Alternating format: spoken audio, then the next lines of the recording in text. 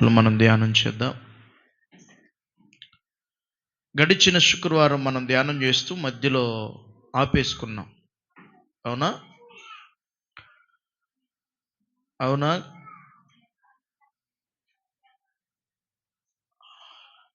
అవునా ఆపామా మధ్యలో?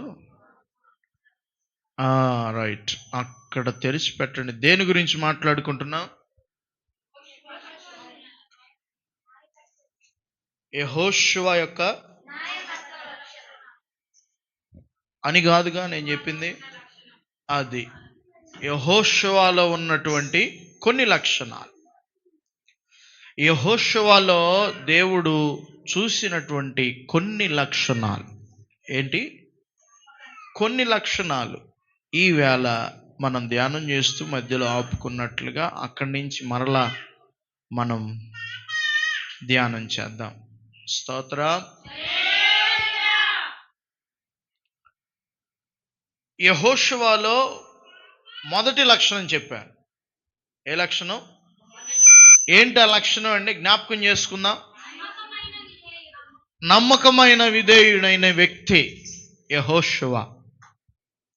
నమ్మకం, విధేయత రెండు కలిగిన వాడు యెహోషువ. ఎవరండి? భరత్ బాబు శుక్రవారం వచ్చే చెప్పేంటి? నమ్మకమైన వాడు, విధేయుడు. మీ నానేలేమ్మా. నమ్మకమైన వాడు, విధేయుడు, విధేయత కలిగిన వాడు,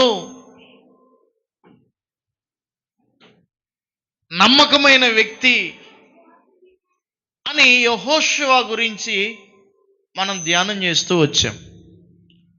ఈ లక్షణాన్ని కూడా పూర్తిగా సవివరంగా నేను వివరించలేదు. యెహోషువ ఎంతో నమ్మకమైన విధేయుడైన వ్యక్తి అని, యెహోషువ తన నాయకుడైన మోషే దగ్గర ఎంతో నమ్మకస్తునిగా, విధేయత కలిగిన వ్యక్తిగా ప్రవర్తించాడని చెప్తూ వచ్చాను. అవునా? విన్న వాళ్ళు స్తోత్రం చెప్పండి. ఇప్పుడు గుర్తున్న వాళ్ళు స్తోత్రం చెప్పండి. మోషే మాటలను తూచా తప్పకుండా పాటించేవాడు. మోషే ఏం చెప్తాడో, ఆయన మీద ఎవరినైతే దేవుడు నాయకుడిగా పెట్టాడో, ఎవరినైతే నీవు కాయాల్ని నడిపించాలని ప్రభు అభిషేకించాడో, అభిషేకానికి లోబడి శావుకుడి మాట వినటానికి తూచా తప్పేవాడు కాదట. స్తోత్ర. శావుకుడి మాటను ఏం తప్పేవాడు కాదట? తన నాయకుడి మాట తూచా తప్పేవాడు కాదు.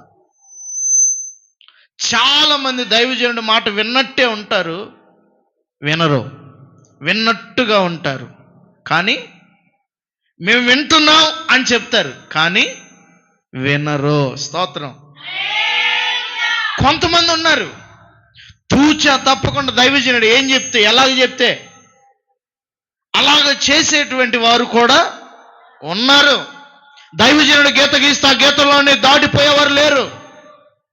కొంతమంది ఉన్నారు గీతను కాదు కదా, బార్డర్స్ క్రాస్ చేసిపోతారు. స్తోత్రం. ఈ యెహోషువలో ఉన్న గొప్ప లక్షణం ఏంటంటే, తన మీద కాపరిగా ఉన్నవాడు, తన మీద నాయకుడిగా ఉన్నవాడు, దేవుడు అభిషేకించాడని గుర్తుపట్టి, దేవుడు నాకు కాపరిగా ఉంచాడు, నాయకుడిగా ఉంచాడు, అభిషేకించినటువంటి వ్యక్తి, ఆ వ్యక్తి చెప్పాడంటే ఖచ్చితంగా దేవుడు మాట్లాడతాడు. దేవుడు మాట్లాడాడు కాబట్టే ఈ వ్యక్తి మాతో మాట్లాడుతున్నాడు అనే ఉద్దేశం కలిగిన వాడు యెహోషువ. స్తోత్రం. హల్లెలూయా. దైవజనుడు మాట అందరికీ నచ్చాలని లేదు. దైవజనుడు ఒక మాట చెప్పినా, లేకపోతే ఏదైనా తన నోట నుండి వచ్చినటువంటి మాట అందరికీ నచ్చాలని లేదు. అందరిని మెప్పించాలని దైవజనుడి యొక్క లక్షణం అసలు కానే కాదు. నేను మెప్పించడానికి మాట్లాడకూడదు. నేను నిన్నటి వేళ దేవుడు నాతో మాట్లాడినటువంటి మాటను స్టేటస్ పెట్టాను. ఎంతమంది చూశారు నా స్టేటస్? కానీ డోంట్ సోప్ ఎనీబడి. చాలా మంది సోప్ చేస్తుంటారు. సోప్ తెలుగులో ఏమంటారండి అమ్మా? అదే ఏదో అంటారు కదా, ఏమంటారు? సోప్ చేస్తుంటాడు అంటే ఏమనాలి దాన్ని? ఏమండి? సోప్ వేయటం అంటే అది కాదండి. ఆ, ఆ? ఏమండి? అదే అదే ఆ బిస్కెటే, అదే సోప్ అన్నా నేను. దాన్ని ఏమంటారు? మనిషి ఉంటే ఆ మనిషికి నచ్చినట్లుగా ప్రవర్తిస్తాడు, ఆ మనిషికి నచ్చినట్లుగా మాట్లాడతాడు. అర్థమవుతుందా? వాడికి ఎలాగుంటే నచ్చుతాడో అలాగ ఉంటే వాడికి నచ్చిద్ది. అంటే ఈడు వాడిని సోపు చేస్తాడు, ఆడిని ఈడు సోపు చేస్తాడు. ఈడు తప్పు చేసిన వాడు గద్దించడు, వాడు తప్పు చేసిన ఈడు చెప్పడు. స్తోత్రం, హల్లెలూయా. అదే నేను పెట్టాను, don't soap anybody, soap Jesus. దేవుణ్ణి సోప్ చేయాలి మనం. స్తోత్రం చెప్పండి, హల్లెలూయా. ఎందుకు నేను ఆ మాట పెట్టానంటే, మన ద్వారాలు తెరిచేవాడు దేవుడు. నీ కిరీటం ఇవ్వగలిగిన వాడు దేవుడు. నిన్ను నడిపించగలిగిన వాడు దేవుడు.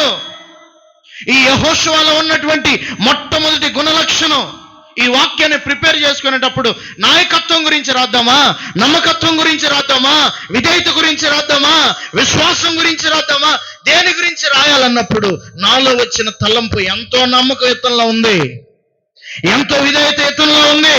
దైవజనుడు మాట తూచా తప్పకుండా చేస్తున్నారు.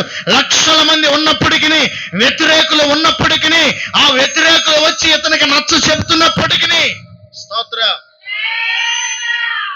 మోషేకి వ్యతిరేకంగా దాతాను, కోరాహు, దాతాను, అబీరాం ఇంకా ఉన్నారు. వారితో పాటుగా 100 మంది ఉన్నారు.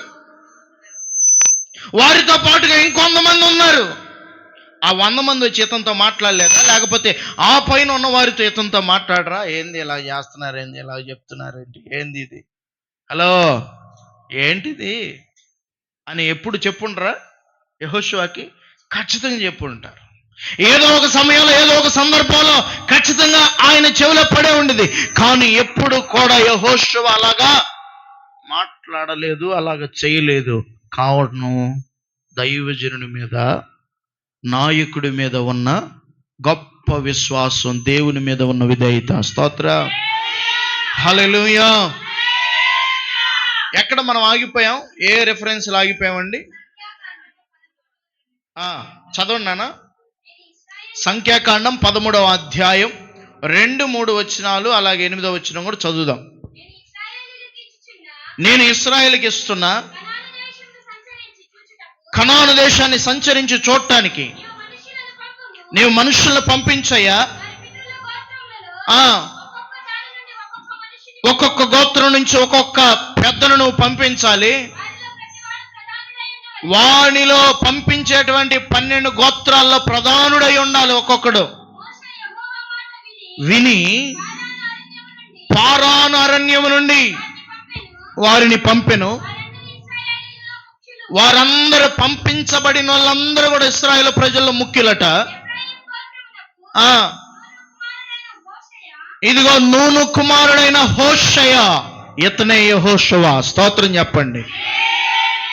8వ వచనంలోనో 9వ వచనంలోనో 10వ వచనంలోనో మోషే అతని నామాన్ని యెహోషువగా చేస్తాడు. స్తోత్ర, హల్లెలూయా. ఏం పేరు యెహోషువ పేరు? హోషయ, నూను కుమారుడు. ఈ హోషయ ఏం చేసేవాడంటే, ఇదిగో దైవజనుడు చెప్పాడు, దేవుడు చెప్పాడు దైవజనుడికి, ఇదిగో 12 మందిని పంపించు. 12 మందిని ఏర్పాటు చేసి అందులో ఒకడైనటువంటి వాడే ఈ యెహోషువ. గోత్రాల్లో పెద్దగా ఉన్నాడు యెహోషువ. యెహోషువని మాట్లాడి పంపిస్తా ఉన్నాడు, మీరు వెళ్ళి వేగు చూసి రండి. ఆ ప్రాంతం ఎలాగుందో, ఆ దేశం ఎలాగుందో, అక్కడ ప్రజలు ఎలాగున్నారో, అక్కడ ఆర్మీ ఎలాగుందో వేగు చూడాలి. అదే నేటి భాషలో స్పై చేయాలి. స్పయింగ్ అంటారు కదా, తెలుగులో ఏమంటారు? గూఢాచారమా? అంతేనా? గూఢాచారం చేసుకొని రావాలి. ఆ దేశంలో విధి విధానాలు ఎలాగుండే, ఆర్మీ ఎలాగుంది, శక్తి కలిగినటువంటి ఆ బాణాలు లేకపోతే కత్తులు, ఖడ్గాలు ఎలాగున్నాయి, అవన్నీ వేగు చూడటానికి పంపించాడు. ఈ 12 మందిలో పెద్దలైనటువంటి వారిలో ఒకడైన యెహోషువని కూడా. స్తోత్రం. కొండ శిఖరం మీద నిలబడి, అంతకు ముందు చదివినటువంటి వాక్యంలో కొండ శిఖరం మీద నిలబడి దేవుని కర్రను ఎత్తినప్పుడు యెహోషువ యుద్ధంలో పాల్గొన్నాడు, మోషే చెప్పాడని. ఆ తర్వాత ఈ రెండోసారి ఇక్కడ రాసినటువంటి వాక్యంలో గమనించగలిగితే ఆయన అంటున్నాడు, వేగు చూడటానికి వెళ్ళారు. వెళ్ళినటువంటి వాళ్ళందరూ ఏదో ఒక కారణం చెప్పాడు, కానీ వెళ్ళిన ఇద్దరు మాత్రమే నిశ్చయముగా దేవుడు మనకు ఆదేశాన్ని ఇస్తున్నాడని చెప్పారు. స్తోత్రం చెప్పండి. హల్లెలూయా, హల్లెలూయా. కనాను వెళ్ళారు. మోషే ఏం చెప్తే యెహోషువ అలాగే చేసేవాడు. చాలా నమ్మకం కలిగినటువంటి వ్యక్తి. బాధ్యతలు ఇచ్చిన, భారం ఇచ్చిన, ఏదైనా చేయగలిగిన వాడు యెహోషువ.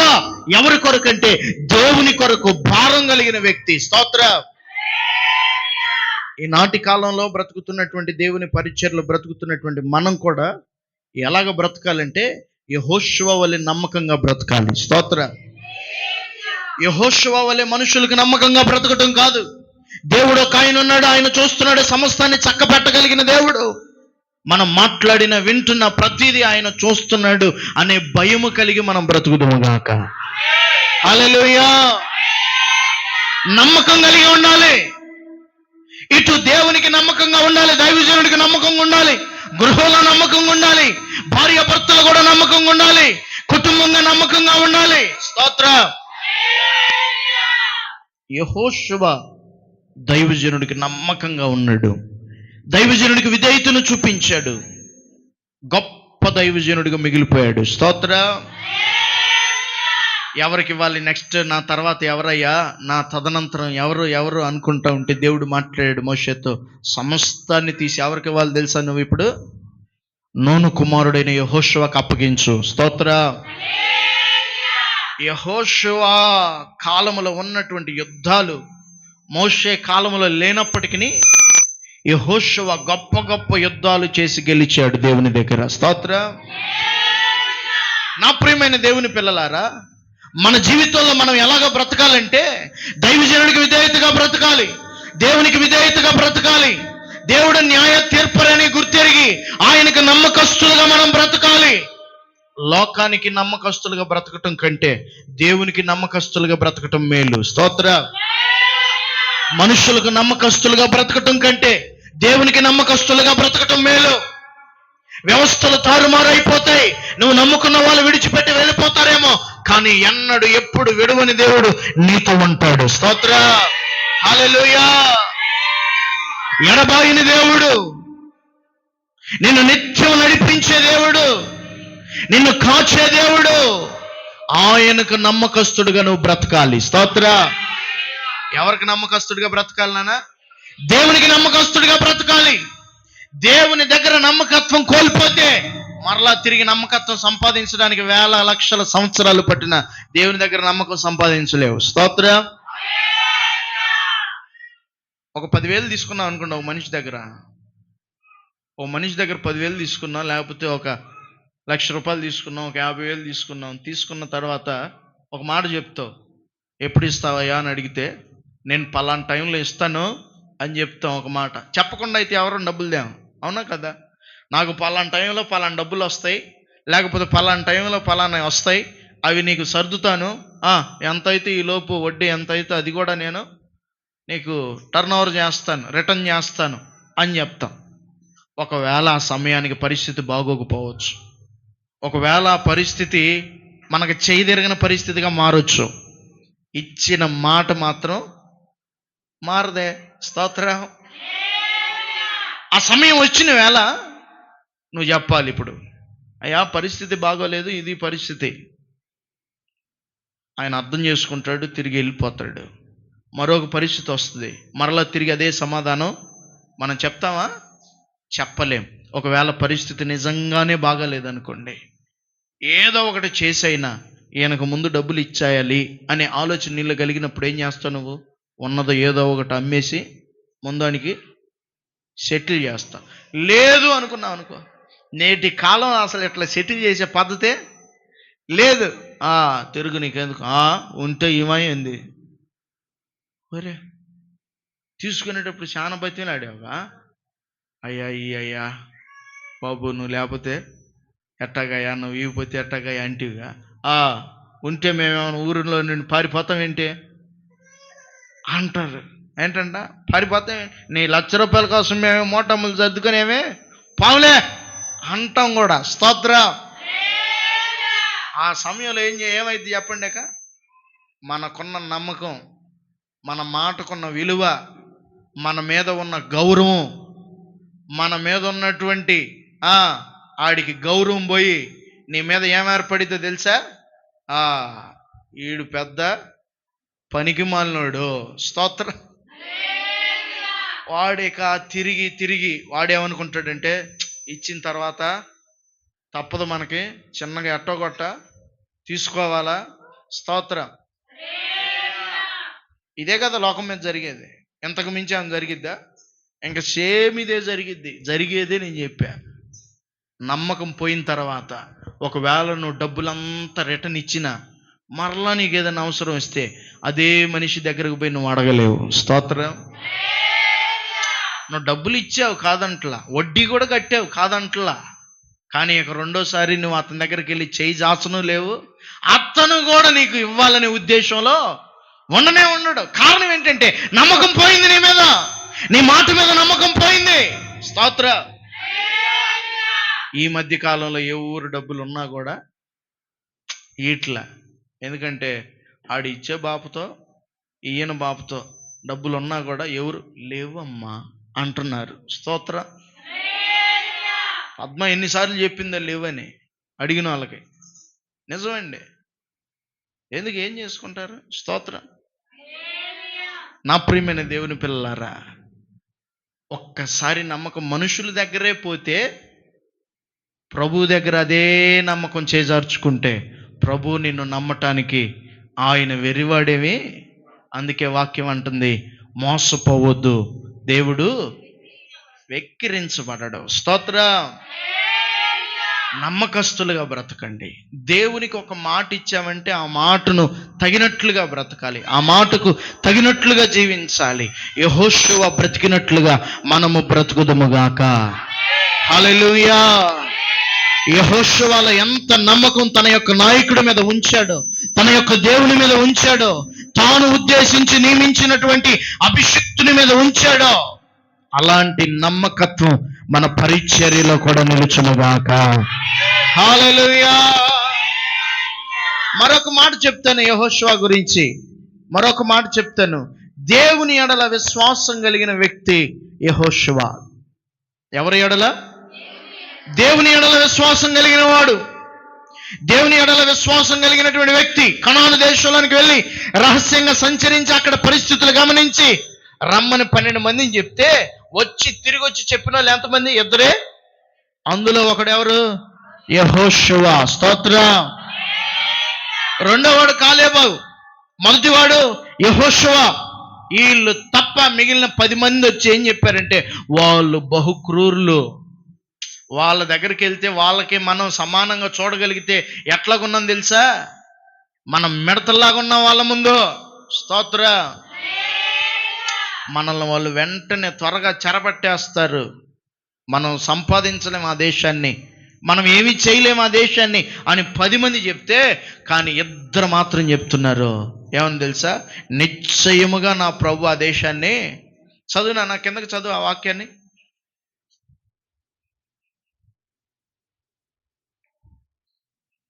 సంఖ్యాకాండం అమ్మ, సంఖ్యాకాండం వేగు చూసేయడానికి పంపించారు కదా, అందులో యెహోషువ అని చదివావు కదా ఇందాక, అక్కడి నుంచి కిందకి చదువు. 8వ వాక్యం చదువు. హోషయ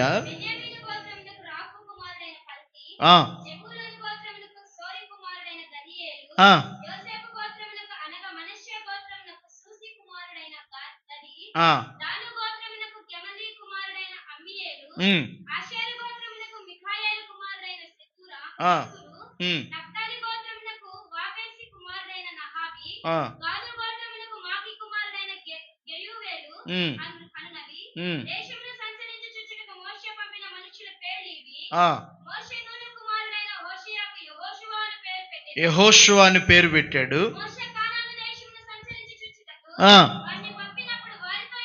వారితో ఇట్లా అంటున్నాడు,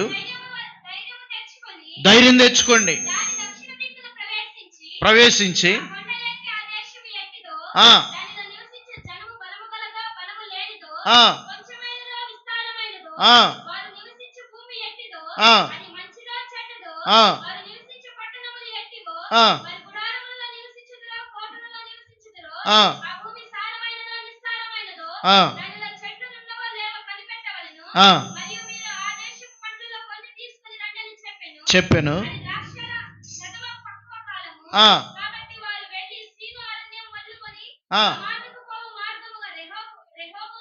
ఆ చూచిరి. ఆ ఆ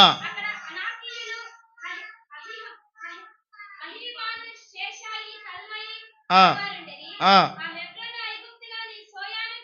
ఆ ఆ ఆ ఆ ఆ ఆ గెలను బట్టి ఎష్కోలు లోయ అని పేరు పెట్టారు. ఆ ఆ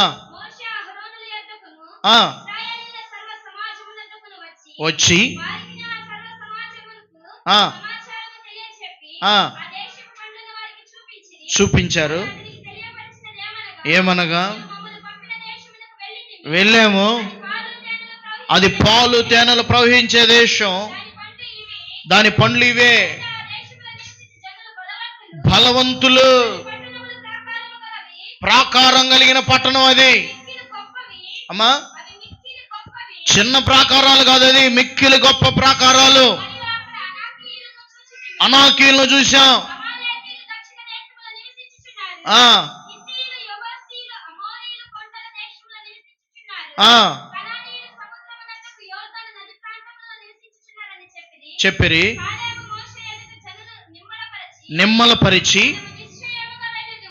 మనం నిశ్చయముగా వెళ్తాం, దాన్ని స్వాధీనపరుచుకుంటాం. శక్తి సరిపోతుందన్నాడు. ఆ మనుషులు, ఆ జనులు మనకంటే బలవంతులు, పోజాలమన్నారు.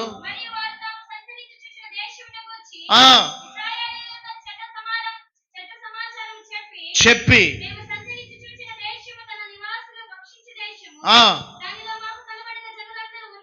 ఉన్నత దేహులు, నెఫిలీల సంబంధులు,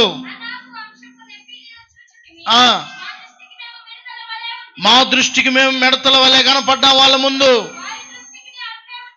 వారి దృష్టికి కూడా మేము అట్లే ఉన్నాం. స్తోత్రం. కొంతమంది చెప్పిన సమాచారం ఇది, కానీ ఇద్దరు చెప్పిన సమాచారం ఇంకొకటి.